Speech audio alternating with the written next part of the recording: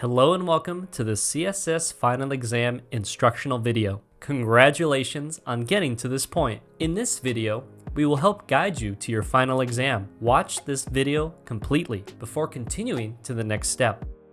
First, make sure you're taking the final exam on a laptop or desktop computer. At this time, our final is not optimized for mobile users.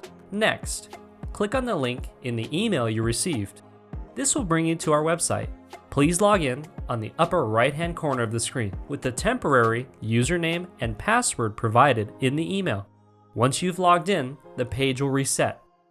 Click the username at the top right. A drop-down menu will appear. Select Courses. On the Courses page, you should see the final exam. Click it. This will direct you to the final exam page. Next, click Start Course. The final exam consists of 175 questions and is timed for 2 hours. Once you've read through the description page, you're ready to start. Click Start Course.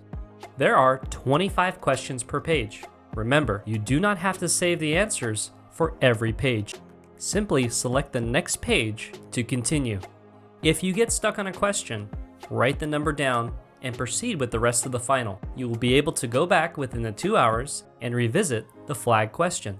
When you've gotten to the end and you're satisfied with your answers, click Submit Quiz. Your exam will be graded and a score will display on the screen. Evaluation for the exam results will take 2 to 5 minutes, so take this time to sit back and relax. After the evaluation, the results of your final will be displayed in total marks. Remember, you need 123 questions correct in order to pass. But don't worry, you'll have multiple chances to retake the exam. Students will be able to check the results on the top left corner by selecting Check Results.